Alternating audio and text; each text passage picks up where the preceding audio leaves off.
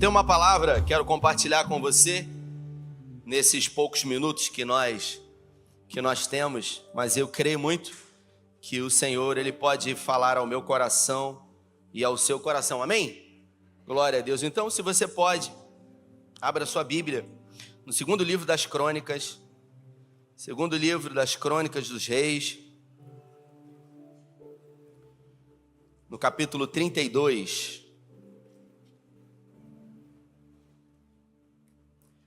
No versículo 25. Segundo livro das Crônicas, capítulo 32, versículo 25. A gente vai percebendo, quando a gente vai ficando um pouco velho. Eu tenho 45 anos, Jorge, não estou tão velho assim, né? Mas a gente percebe quando a gente está velho, é quando a gente vai para os lugares e esquece o óculos, gente. E aí você precisa ficar catando uma pessoa que tem o mesmo grau que você para você conseguir ler.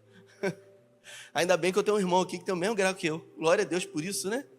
Não sei se é mais forte, estou até enxergando melhor aqui. Eu acho que o milagre aconteceu aqui. Obrigado, pastor Fernando. Glória a Deus. Obrigado pelo presente. Graças a Deus, né? Atitude é tudo, né, gente? Você abriu aí? Segundo livro das Crônicas, capítulo 32, versículo 25. Se você abriu ou vai acompanhar no telão, eles vão botar aqui? Pode projetar, por favor. Não sei se vai conseguir. Diga amém. Diz assim, 24. Naqueles dias adoeceu Ezequias mortalmente. Então orou ao Senhor, que lhe falou e lhe deu um sinal. Mas não correspondeu Ezequias aos benefícios que foram feitos, pois o seu coração se exaltou, pelo que houve ira contra ele, contra Judá e contra Jerusalém. Feche os seus olhos, Pai, essa é a tua palavra, e nessa noite, em graça, pedimos que o Senhor fale conosco, que esses exemplos do rei Ezequias, do rei Acais, do rei Manassés, dessa família, possam saltar aos nossos olhos hoje e edificar as nossas vidas em nome de Jesus. Eu começo essa mensagem, essa reflexão, essa nossa conversa de hoje, fazendo para você uma pergunta. Se você tivesse 30 dias de vida, a partir de hoje, 30 dias, o que você faria? Pergunta para quem está do seu lado aí, o que você faria se você tivesse 30 dias? 30 dias, Glautinho. 30 dias dá para fazer muita coisa, não dá? 30 dias, Monique. Meu Deus, é pouco. Ele fazia o quê? Ia correr. Ele era Iron Man. Vou correr, pelo amor de Deus. 30 dias. Se Deus falasse para você, você tem 30 dias. Faz o que você quiser aí. Será que você curtiria a vida adoidada? Eu vou aproveitar. Primeira coisa, vai sair daqui, vai pegar um empréstimo no banco. Meu Deus, olha só.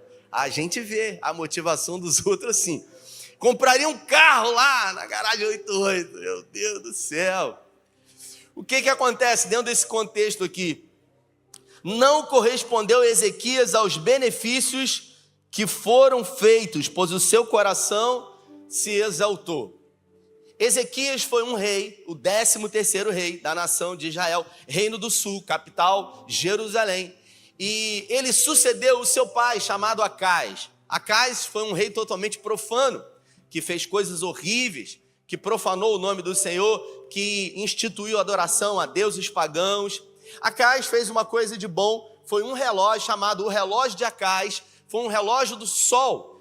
E esse relógio, ele, obviamente, através da sombra que o sol produzia, marcava as horas. E Acais, ele não deu muita atenção ao seu filho.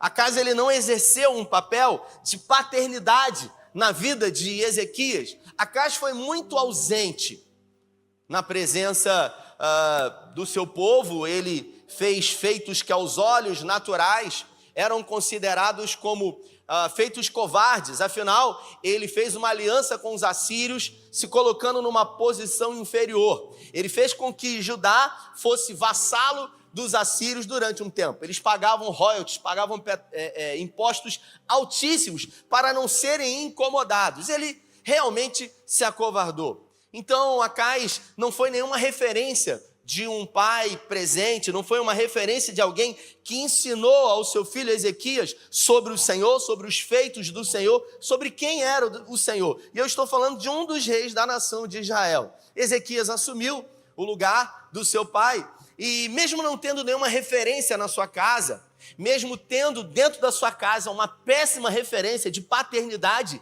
a Bíblia fala que Ezequias, ele resolveu buscar na descendência dele uma referência positiva para adorar ao Senhor. E ele buscou exatamente em Davi um modelo de governo onde o Senhor era colocado em primeiro lugar. E Ezequias, ele fez feitos extraordinários no governo dele. Ele promoveu reformas espirituais, ele instituiu novamente a primeira Páscoa depois daquela que havia sido realizada lá pelo povo. Ele começou a reformar os muros, ele colocou à disposição dele novos mecanismos de guerra. Ele, naquela época, produziu algumas ferramentas, algumas armas de guerra que foram usadas muitos anos depois. E isso agradou aos olhos do Senhor, promovendo uma reforma espiritual, colocando o Senhor como prioridade para o povo, declarando que o povo deveria ser ensinado sobre a palavra de Deus. E o texto diz que tudo o que ele fez, o Senhor era com ele. Até que num período da vida dele, ele estagnou. Ele passou de uma condição fervorosa, pastor Juan, para uma condição morna. Sabe quando você dá uma amornada? Sabe quando você dá uma esfriada? Você não é nem quente e nem frio. Você não está nem fora, você não está nem dentro. Você está ali, mas é aquela coisa, você já não está mais. Sabe, você vem por vir e tal, e aí fica aquela coisa mais ou menos. Só que ele era o rei. Ele tinha responsabilidades e ele não tinha nenhum filho ainda. Não tinha nenhum filho. E algumas coisas estavam acontecendo na sua casa, que a sua casa já estava em desordem. E no tempo presente, o profeta Isaías, o profeta messiânico, ele era contemporâneo. E a Bíblia fala que Deus mandou o profeta Isaías visitar Ezequias no palácio e dizer para ele uma profecia. E Isaías foi lá, no palácio, dizendo para ele o seguinte: olha, você vai morrer. Porque Ezequias estava enfermo. Alguns dizem que ele estava com uma espécie de câncer de pele. A sua pele estava tomada de chagas. E ele estava já numa cama. E Isaías foi lá e disse para ele: olha, Deus mandou dizer para você que essa enfermidade que você está aí vai matar você mesmo. Você vai morrer dela. Você tem muito pouco tempo. E aí ele ficou desesperado. Porque o profeta, amando de Deus, disse para ele que estava doente, que ele ia morrer. Então, ele tinha certeza que ia morrer. Se fosse você, o que você faria? Choraria? Você questionaria Deus? Você murmuraria? A Bíblia fala que Isaías foi embora, deu o recado dele e foi embora. Quando ele estava no pátio do palácio, enquanto ele estava saindo, Ezequias, que estava na cama, deitado, o que ele fez? Ele se virou para o lado da parede. E quando ele se virou para o lado, ele fez uma oração. Ele fez o quê? Uma oração. Queridos, uma oração é capaz de mudar tudo. Uma oração mudou tudo na vida desse homem. A Bíblia fala que ele falou: Senhor, lembra-te de como eu fui zeloso com o teu nome. Lembra-te de como eu assumi esse reinado depois do que o meu pai havia realizado e como ele havia profanado, e como eu fui zeloso diante do Senhor. Mesmo eu não tendo um exemplo dentro da minha casa, eu procurei fazer aquilo que era reto, justo, aos olhos do Senhor. Tudo bem que eu dei uma esfriada, que eu dei uma amornada, mas eu queria que o Senhor se lembrasse daqueles tempos. O texto diz que Isaías foi avisado pelo Senhor quando estava saindo: volta lá, volta lá, volta lá. Isaías, volta lá, porque ele orou e eu ouvi a oração dele. E eu vou acrescentar 15 anos para ele. Meu Deus do céu. Se Deus desse mais 15 anos para você, o que você faria? 15 anos. Pergunta para quem está do seu lado. 15 anos. Meu Deus. 15 anos, gente. 15 anos. Uma oportunidade incrível. E Isaías falou: Deus mandou você colocar a sua casa em ordem, que você vai morrer. Só que agora ele tinha 15 anos para botar a casa dele em ordem. Sabe o que ele fez, Rodrigues? Ao invés dele colocar a casa dele em ordem, Isaías falou para ele assim: você vai morrer, mas você vai ter 15 anos.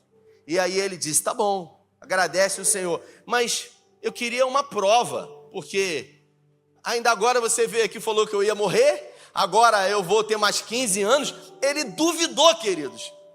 Ele duvidou do que Deus falou através de Isaías. Meu Deus do céu.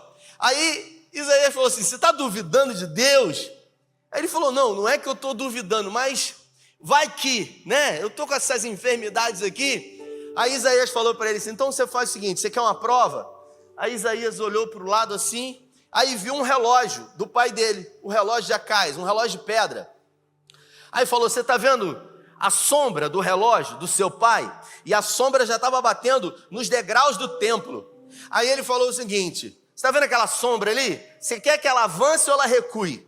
Eu vou fazer a sombra avançar ou recuar 10 graus, para provar para você que o que Deus mandou dizer para você é verdade. Aí ele falou: avançar, ela já vai avançar, é natural. Eu quero que a sombra do relógio do meu pai recue 10 graus. Queridos, a Bíblia fala que Deus mexeu na órbita do universo através de uma oração que o cara fez. Deus mexeu no universo, pastor Gil, por causa de uma oração de um rei. E ele teve mais 10 anos, e sabe o que ele decidiu fazer? Ele decidiu fazer exatamente o que a gente assistia, se você tem mais de 35 anos, na sessão da tarde que passou na Vale a Pena Ver de Novo, lá na Globo. Eu acho que mais de 1000 vezes aquele filme, Curtindo a Vida Adoidado. Aí ele fez exatamente isso. Ele não tinha filho, ele falou: agora que eu vou desembestar mesmo, eu vou aproveitar a vida, eu não quero nem saber, eu tenho 15 anos para experimentar de tudo. Mas havia uma palavra de Deus que era para colocar a casa dele em ordem. 2 anos depois, ele teve um filho, e o nome do filho dele foi Manassés. Não esqueça desse nome. Se você acha que Hitler foi alguém perverso, você não faz ideia quem foi Manassés na Bíblia. Manassés foi o pior rei que a nação de Israel já teve. E o texto diz que até os 12 anos de idade de Manassés, o seu pai Ezequias não foi um pai presente. Fez exatamente aquilo que o seu avô havia feito com o seu pai Ezequias. Curtindo a vida adoidado, podendo de alguma forma projetar um legado dentro do seu filho, porque um dia ele iria morrer, afinal ele tinha uma sentença de 15 anos. Mas ele não pensou. Os babilônios mandaram uma carta para ele querendo se aproximar, e ele recebeu aqueles presentes e cartas, e recebeu também os babilônios e mostrou toda Jerusalém para os babilônios, inclusive o ouro, a prata e tudo o que ele possuía. O profeta Isaías vai lá no palácio, a mando do próprio Deus, e novamente sentencia uma outra palavra para ele, dizendo: esse pessoal que veio aí, quem foi? Foram os babilônios. E eles vieram fazer o que aqui? Eles vieram me dar presentes, e eu mostrei tudo para eles. Eu mostrei tudo, sabe? Aquela coisa que você começa a se exaltar e mostrar um aqueduto que ele havia feito de 550 metros, quando o rei Senaqueribe havia sitiado Jerusalém, e ele conseguiu, através da sabedoria que Deus deu a ele, criar uma alternativa para que o povo dentro da cidade santa pudesse sobreviver. Mais um momento de angústia que ele orou ao Senhor, e o Senhor respondeu a ele, e ele mostrou tudo, e ele falou tudo. E aí Isaías falou: por que você fez isso? Como aquela figurinha, assim que eu gosto, amostradinho, né? Por que você fez isso? Os seus filhos vão ser levados para a Babilônia, serão eunucos no palácio. E aí, quando ele terminou de ouvir essa profecia de Isaías, ele disse: boa é essa palavra, Por quê? Porque ele entendeu que não ia acontecer nada no tempo dele e só no dos filhos dele. Um camarada desse está pensando nos filhos dele, sim ou não? Que tipo de pai é esse? Que vive uma vida como se fosse eterno? Porque um dia você vai morrer. Minha mãe dizia, você não vai ficar para semente. Mas um dia ficará vivo dentro de pessoas um legado que você tem construído. E eu pergunto para você, qual é o legado que você tem construído na vida dos seus filhos? Qual é a referência que você tem tentado construir dentro dos seus filhos, para que no dia em que você não estiver mais aqui, permaneça vivo? Ontem eu estava no aniversário, e aí um casal que tem vindo aqui na igreja há 8 meses, não foram recebidos ainda. É muito natural isso, muita gente. E aí eles falaram, a gente tem ido lá, a gente veio do Rio. E aí a gente começou a conversar, estreitar laços ali, bater um papo. E aí eu falei para ele, mas por que vocês ainda não foram recebidos? Ele falou, mas aquela coisa, né? A gente vai deixando passar, mas todas as vezes que o meu pai vem aqui, ele fala, filho, como é que você está na fé? Porque o meu pai, ele começou a dizer de tudo aquilo que o pai dele havia sido na vida dele. E ele começou a falar sobre o pai, e de repente começou a sair dentro dele, sabe, Glautinho? Um depósito que havia feito rico do pai dele durante muito tempo, que fazia com que, de alguma forma, sinais de alerta se acendessem para que ele fizesse aquilo que foi ensinado. O nome disso é legado, querido. Qual é o legado que nós temos construído na vida dos nossos filhos? Ezequias, ele foi um péssimo exemplo. E aí o texto que eu li disse, mas não correspondeu Ezequias aos benefícios que lhe foram feitos, pois o seu coração se exaltou, se perdeu. Permitiu que a vaidade, que o orgulho entrasse dentro do seu coração. Davi foi um exemplo também de um péssimo pai. Ele foi o melhor rei que a nação de Israel já teve, mas ele foi o pior pai que um filho pode ter. Porque Davi, ele refletiu os comportamentos do seu pai nos seus filhos. Querido, você não é aquilo que aconteceu na sua vida.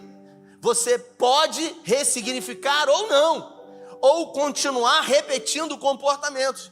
De que maneira Jessé lidava com seus problemas e conflitos familiares? Ele se afastava.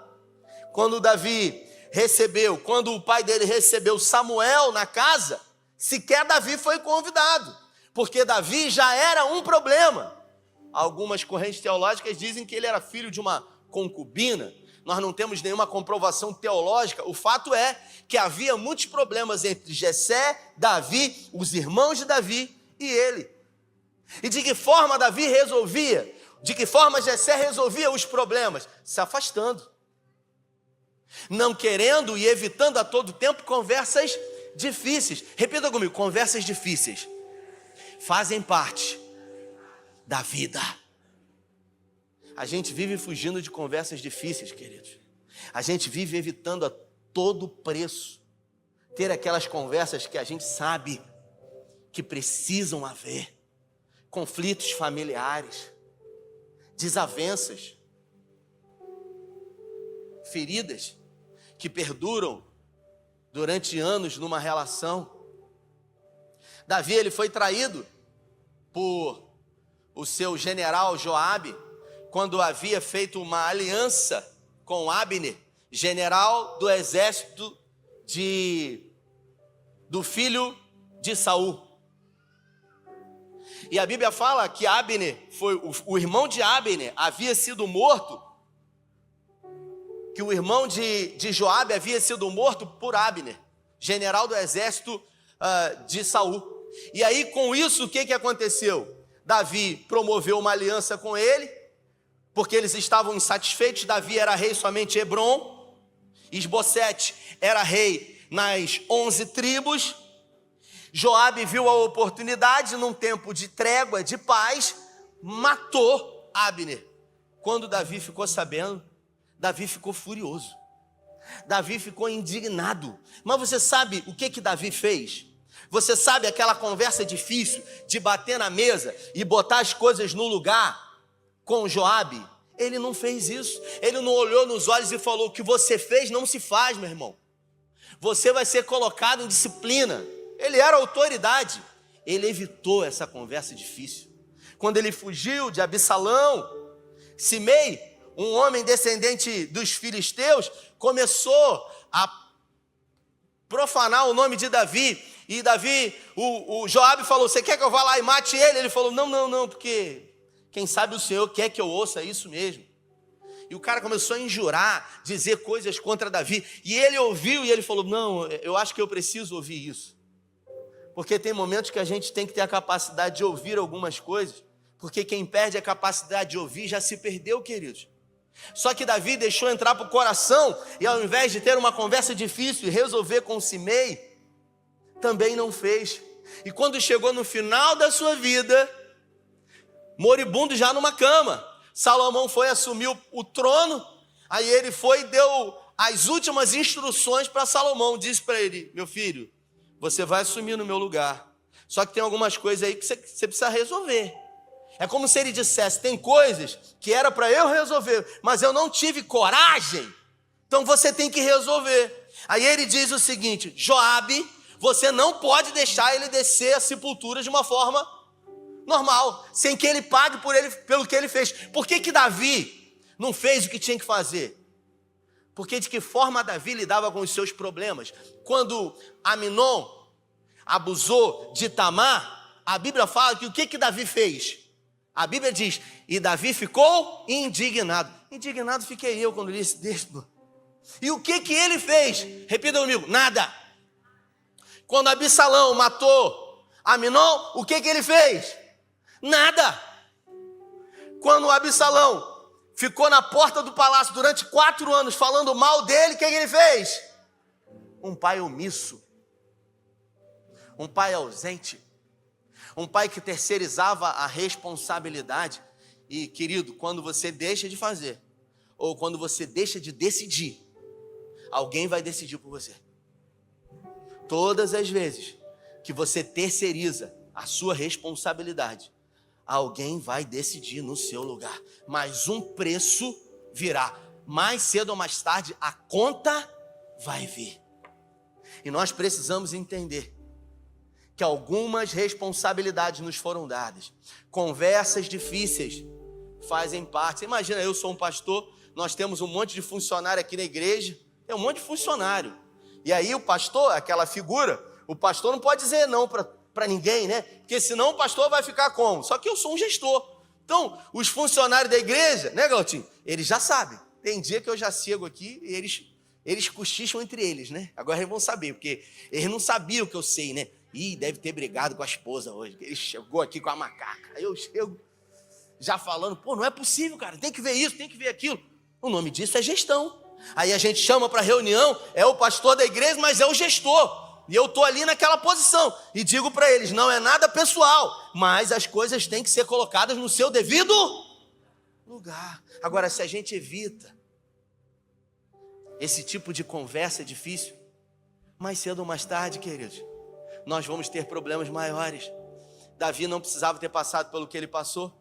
Se ele pudesse ressignificar: ah, mas eu não sei lidar com isso. Ótimo, Ezequias também não sabia, buscou referência em outro lugar. Então, a minha mãe que me criou, ela dizia: quem é bom em dar desculpa, não vai ser bom em mais nada. A gente precisa saber aquilo que a gente quer da vida.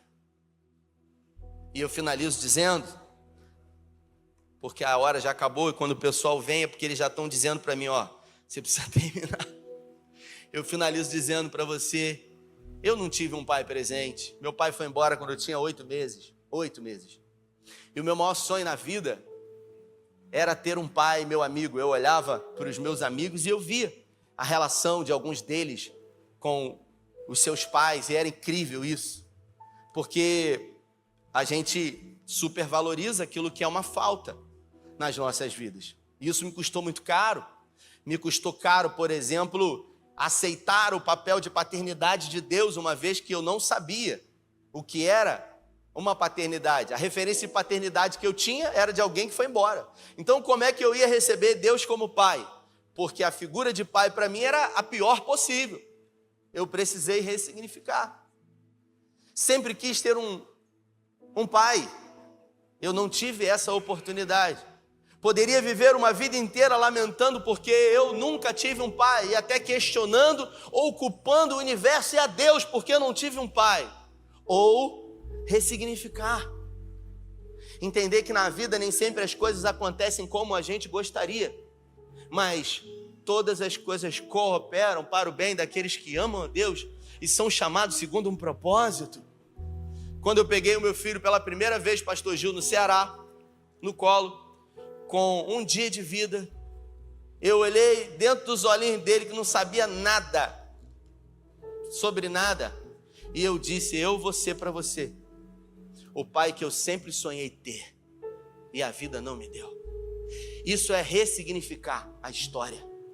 Isso é não ficar aprisionado com prisões existenciais diante de coisas que foram feitas na sua vida. Davi poderia ter sido, assim como foi o melhor rei da nação de Israel, o melhor pai que alguém poderia ter, sim ou não?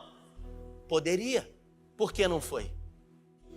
Porque só é importante para Deus aquilo que é importante para você. E às vezes a gente tem coisa na nossa vida que a gente fica se perguntando: por que Deus não resolve isso na minha vida? Porque você não coloca diante dele. Você quer esconder dentro de um quarto escuro e não tratar isso. Não tem jeito, querido. Tem que vir para fora. Tem que limpar isso aí. É igual o cara quando cai de moto. Já caiu de moto? Quem caiu de moto aqui? Ele cai de moto, meu filho. Você vai pro UPA, você vai ver o que é bom. Tem uma enfermeira lá, meu irmão, que é um armário. E aí você chega assim, ó, não pode nem... Você chega assim, ela falou assim: não, senta aí. Aí ela pega aquela bacia, ela pega aquele bolo de gases assim, ó, encharcado, ela esfrega. Parece que ela tá com raiva da tua mãe, de você. Você fala assim: que isso? Ai, pelo amor de Deus. Essa hora você chama a tua mãe nem vê. Porque para curar, primeiro tem que limpar. E o processo de cura, inicialmente, ele vai gerar dor nas nossas vidas, desconforto. A gente quer curar sem a gente sentir dor. Faz um milagre, apaga tudo. Não é assim, querido. Davi não foi. Ezequias não foi. Ezequias gerou o pior rei que a nação de Israel já teve. Sabe o que ele fez com os filhos dele? Ele pegou os filhos dele e ele queimou no fogo. No fogo. Ele ofereceu em sacrifício a Moloque. Isso era um demônio. Quando ele foi pro inferno, ele falou para Satanás: sai daí que eu vou sentar no teu lugar.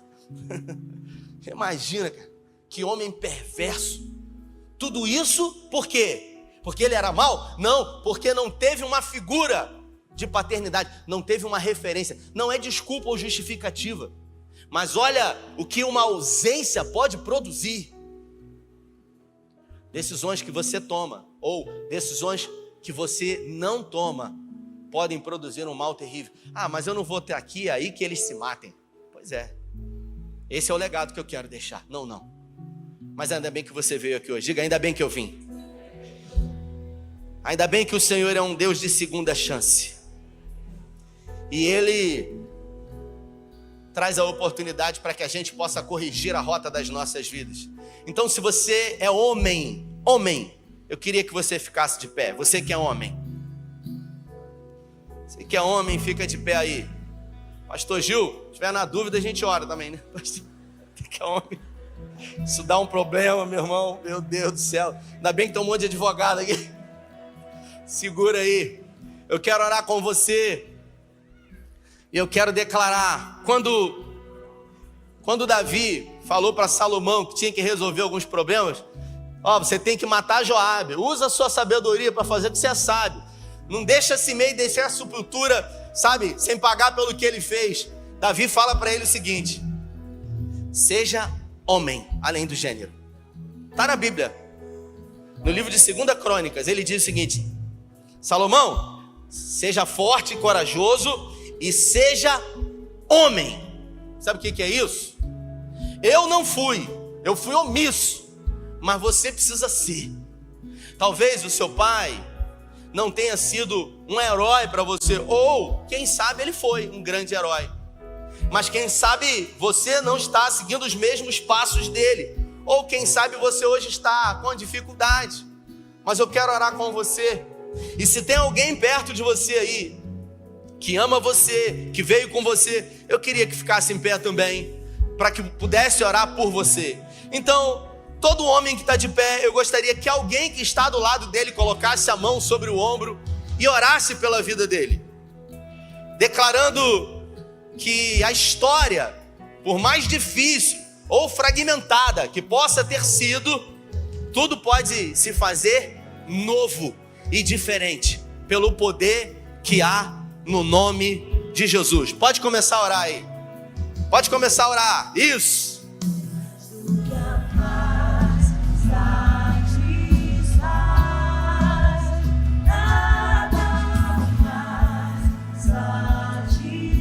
Declaramos, Senhor, nessa noite, um ressignificar de histórias. Pessoas que não tiveram referências na sua história, assim como Ezequias que não teve do seu pai Acais. Pai, no nome de Jesus nós declaramos que buscaremos na história de pessoas próximas ou longe de nós, na tua palavra, referências de homens de verdade, além do gênero, que agradaram ao Senhor, que fizeram aquilo que é certo. Pai, no nome de Jesus, onde houver uma necessidade, que ali o Senhor se faça presente, acrescentando na vida desses homens que estão de pé, homens que já tiveram a oportunidade de viver a paternidade, de entender o que é isso, de entender um pouquinho do que é o seu amor por nós. Pai, nos desperte para deixar um legado vivo e eterno em pessoas, depois da nossa partida. Deus, em nome de Jesus, levanta um exército aqui nessa noite de homens comprometidos com o Senhor, homens de caráter, homens que zelam pela tua palavra, homens que honram o Senhor acima de todas as coisas, homens que verdadeiramente querem fazer a tua vontade. Pai, é no nome de Jesus que nós entregamos a vida desses homens, desses pais ao Senhor, e pedimos que o Senhor derrame sobre eles a tua presença, onde houver uma necessidade, que ali o milagre seja infinitamente maior. Guarda a nossa casa, os nossos filhos, nos abençoe com a tua poderosa mão, é o que nós te pedimos e te agradecemos, em nome do Pai, do Filho e do Espírito Santo. Se você crê e recebe, dê a melhor salva de palmas a Ele. Deus nos abençoe, vai em paz, valeu. Não esquece de bater uma foto lá embaixo. Deus abençoe.